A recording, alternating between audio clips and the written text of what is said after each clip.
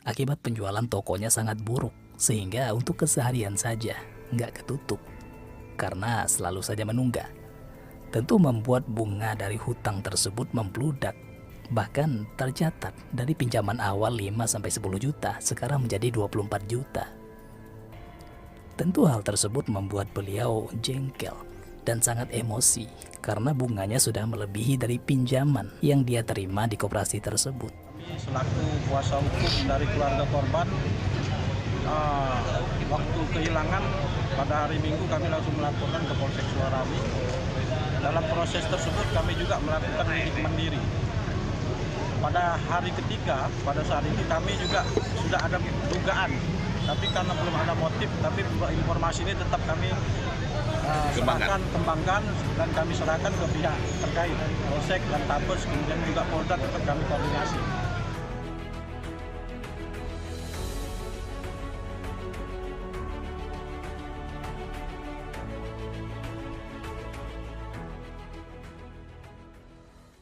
Selamat datang di channel Pengamat. Ya, jadi sebelumnya kami ngucapin terima kasih banyak buat kalian yang telah mengklik video ini. Dan seandainya kalau kalian suka dengan video-video di channel ini, nggak ada salahnya dong klik subscribe supaya kami lebih semangat lagi berbagi kisah untuk kalian semua. Kali ini kita akan mengisahkan sebuah kasus dari pemilik toko distro yang pada saat itu mengalami penurunan pendapatan yang sangat drastis. Banyak faktor yang membuat tokonya sepi pengunjung, mulai dari faktor saingan dan ekonomi masyarakat yang rendah. Memang kalau kita lihat, nama toko tersebut adalah distro anti mahal gitu. Tapi yang namanya pakaian distro, bagi mereka yang berekonomi rendah, itu akan sangat terasa mahal karena merek tersebut adalah merek ternama. Tentu banyak yang memilih untuk membeli baju-baju yang terjangkau dengan uang mereka, yang tidak akan merusak keuangan meskipun telah beli baju. Yang intinya, banyak faktor yang membuat toko distro anti mahal ini sepi pembeli, teman-teman. Hingga beliau harus menggunakan jasa koperasi untuk menutupi hidupnya sehari-hari. Yang pada saat itu, beliau meminjam ke koperasi PT Karya Rizki Mandiri dengan meminjam uang sejumlah 5 juta rupiah. Namun ada juga artikel yang mengatakan pinjaman awal dari pemilik toko distro ini sebesar 10 juta, teman-teman. Jadi tidak tahu mana yang benar, 10 juta atau 5 juta. Yang jelas, pemilik toko distro anti mahal ini meminjam sejumlah uang dari jasa koperasi. Jadi hari demi hari, toko distro anti mahal ini tetap saja sepi seperti biasa, teman-teman. Meskipun uang pinjaman tersebut telah dibelikan baju-baju terbaru, tapi belum juga berhasil menaikkan penjualan. Hingga tentunya beliau setiap hari dihantui oleh karyawan koperasi untuk meminta tagihan pembayaran.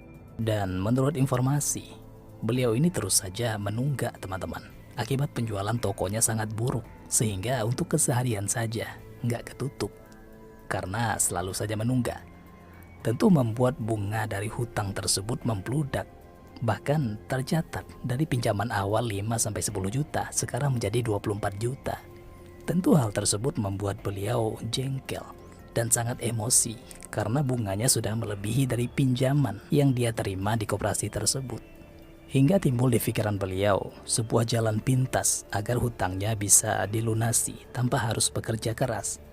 Jadi Anthony, sebagai pemilik toko distro anti mahal ini, telah berencana untuk menghilangkan nyawa petugas koperasi yang meminta tagihan kepadanya. Si Anthony malah menelpon adik iparnya untuk membantu pekerjaannya tersebut. Dan untuk jaga-jaga, adik iparnya juga membawa satu teman dalam misi ini, teman-teman. Dan lebih menggenaskan lagi, seperti video pertama yang kita lihat tadi, tubuh Eka Putra dicor di belakang toko distro anti mahal miliknya, dan harta benda korban dibagi 3. Tentu ini sebuah kasus yang keterlaluan.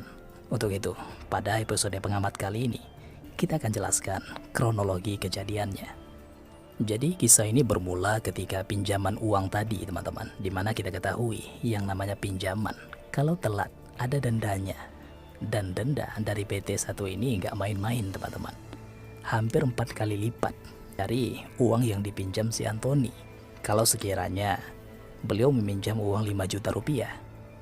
Dan kita nggak dapat informasi apa penyebabnya utang tersebut memiliki bunga sebengkak itu, teman-teman. Dan salah satu kemungkinan besar, ya telat bayar. Karena yang kita tahu, itulah kendala terbesar dari orang yang kita hutangi. Yang jelas, Antoni nekat melakukan terhadap pegawai koperasi Anton Eka Putra. Karena kecewa tadi, teman-teman. Utangnya yang semula Rp 5 juta itu membengkak menjadi 24 juta rupiah. Tentu hal itu membuat Antoni ketika didatangi Anton Eka Putra sangat kaget dengan pernyataan pegawai koperasi tersebut. Merasa dipermainkan, akhirnya si Anton ini menghubungi adik istrinya, teman-teman, yang bernama Kelvin, dengan ajakan untuk menghabisi nyawa salah satu petugas koperasi ini, yang tidak lain adalah Anton Eka Putra, selaku penagih hutang yang diutus oleh PT Koperasi tersebut untuk menagih hutang di daerah tersebut.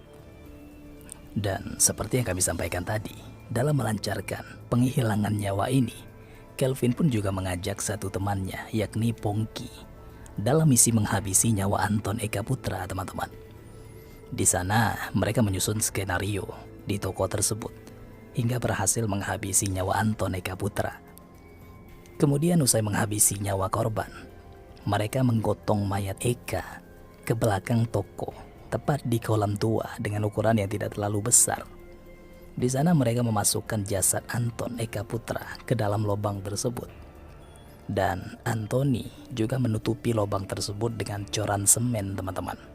Namun sebelum itu, Antoni juga telah mengambil uang milik korban sebesar 35 juta rupiah. Dia membagikan masing-masing dari rekannya tadi, 2 rekannya, 1.500.000 kepada Pongki dan Kelvin. Dan sisanya 32 juta diambil Antoni untuk melunasi hutangnya dan modal berangkat ke Padang, Sumatera Barat. Sementara Pongki itu mengambil sepeda motor Vario Matic korban dan HP Oppo milik korban. Dan motor dari Anton Eka Putra ini beliau jual seharga 8.900.000 yang dijadikan modal untuk berangkat ke Batam, teman-teman. Sedangkan ponselnya itu digunakan Pongki dengan mengganti kartu SIM. Jadi kita balik lagi ke Antoni, J. Sebelum kabur ke Padang, beliau juga sempat pulang ke rumah untuk menyebut kepada istrinya, untuk memberitahu istrinya gitu tentang apa yang terjadi, dan mengajak istrinya kabur secara berpencar supaya menyulitkan pencarian polisi apabila kasus ini nantinya berhasil dipecahkan dengan ditemukan sosok Anton di kedai mereka. Kasus kematian Anton Eka Putra terungkap usai istri korban itu melapor kehilangan suaminya ke Polsek Sukabumi pada 25 Juni 2024. Jadi kami selaku kuasa hukum dari keluarga korban, waktu kehilangan pada hari Minggu kami langsung melaporkan ke Polsek Suarami. Dalam proses tersebut kami juga melakukan lidik mandiri. Pada hari ketiga, pada saat ini kami juga sudah ada dugaan, tapi karena belum ada motif, tapi informasi ini tetap kami kembangkan dan kami serahkan ke pihak terkait, Polsek dan Tabes, kemudian juga Polda, tetap kami koordinasi. Usai menerima laporan, dengan segala upaya, pihak kepolisian itu berhasil menemukan letak dari jasad Anton, di mana Anton Eka Putra itu dicor di belakang toko distro dari Antoni ini. Kecurigaan polisi akan toko tersebut selain telah mengarungi informasi kalau Antoni dalang dari pelaku tersebut. Dan juga ketika didatangi, rumah pelaku sudah tidak ada orang, teman-teman. Dan juga ada sesuatu yang mencurigakan di belakang toko tersebut. Adanya tarpal biru persegi panjang yang menutupi kolam yang sudah tidak berfungsi lagi di belakang toko tersebut. Dan di sana ada juga beberapa bungkus semen dan ada coran yang masih baru di sana, yang tentu saja ini sangat mencurigakan, teman-teman. Dan ketika dibuka, benar saja di sana banyak belatung yang hinggap. Dan juga pengeluaran jasad Anton ini juga sangat dramatis, dengan dibantu oleh tukang di sana menggunakan alat linggis. Hingga akhirnya jasad Anton Eka Putra itu berhasil dikeluarkan dari kolam tersebut. Singkat cerita, polisi berhasil melacak salah satu pelaku, yakni Pongki. Entah dengan metode apa, polisi menemukannya. Tidak kami temukan keterangannya teman-teman. Tapi kemungkinan besar itu dengan menyadap HP-nya, karena HP yang biasa dipakai oleh Anton Eka Putra itu berada di tangan Pongki. Karena pada saat itu Pongki hanya mencopot SIM-nya. Hingga akhirnya pelaku atas nama Pongki Saputra yang berusia 24 tahun itu berhasil ditangkap di kota Batam pada 27 Juni 2024, 2 hari setelah laporan teman-teman. Karena tidak tahan dengan siksaan polisi, dengan ancaman polisi dari nyanyian Pongki, 4 hari setelahnya ditangkap juga tersangka Antoni di Padang, Sumatera Barat, karena mendapat keterangan dari Pongki tadi. Dan pihak kepolisian sebenarnya tidak fokus ke istri dari Antoni, karena beliau sama sekali tidak terlibat dalam aksi tersebut.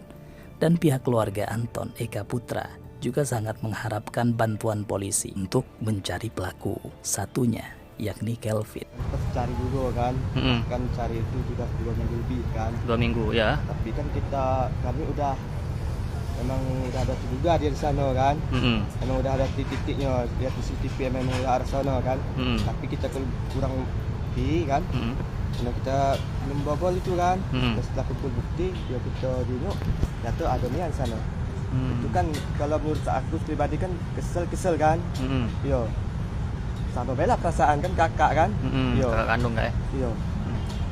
Kalau dia sekedar setelah ya biasa kan biasa itu kan. Itu kan udah luar batas kita aku kan. Menurut batas. Udah direncanakan kan puluhan itu kan. Jadi dicor. Itu kan bukan kebetulan manusia lagi kan. Yo. Barang-barang yang dibawa juga hilang itu Kak ya? Barang hilang semua. Hilang semua. Kalau kita sendiri sudah tinggal bareng sama almarhum sudah berapa lama? Sejak kapan? Kalau tinggal sama almarhum, kalau dari bujang ya tinggal sering tinggal di rumah. Tapi kalau sejak dia keluarga ya alhamdulillah adalah 2 tahun. Itu kan pisah sama dia kan baru sebulan. Baru sebulan pisah? Baru sebulan. Baru ya. sebulan. Baru sebulan kejadian dia yang hilang itu. Mana kau? Saya Palembang. Palembang. Bukan. Tadi dari mana? Dari mana? Dari Parit Melintang. Parit Melintang itu mana? Pariaman. Preman, ya. Mulai dari mana kau? Ke Solo. Solo. Tempat siapa? Mau nyambung ke Jambi. Mau nyambung ke Jambi. Ya. Memang benar kau yang pukul ini, yang bunuh orang koperasi itu. Benar. Benar. Benar, ya. Juga pihak keluarga meminta semua korban dihukum mati supaya setimpal dengan perbuatan yang mereka lakukan. Dan ada yang menarik teman-teman, akan pelaku yang terakhir ini, yakni Kelvin. Beliau tiba-tiba mendatangi sendiri kantor polisi akibat mengaku dihantui oleh sosok Anton Eka Putra. Di sana, Kelvin datang mengenakan kaos warna biru tua, mengenakan sandal jepit, celana jeans biru, serta menggunakan masker warna hitam. Tampak tersangka didampingi seorang laki-laki yang diduga keluarganya.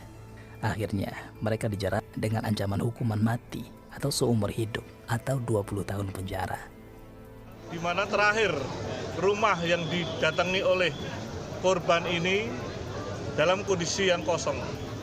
Dalam kondisi yang kosong, pihak tuan rumah tidak ada, dan setelah diintip kami menemukan adanya darah.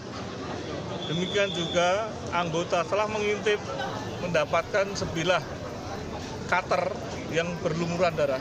Ulangi hari Selasa tanggal 25 kami telah melakukan penangkapan seseorang yang dicurigai terlibat dalam tindak pidana ini.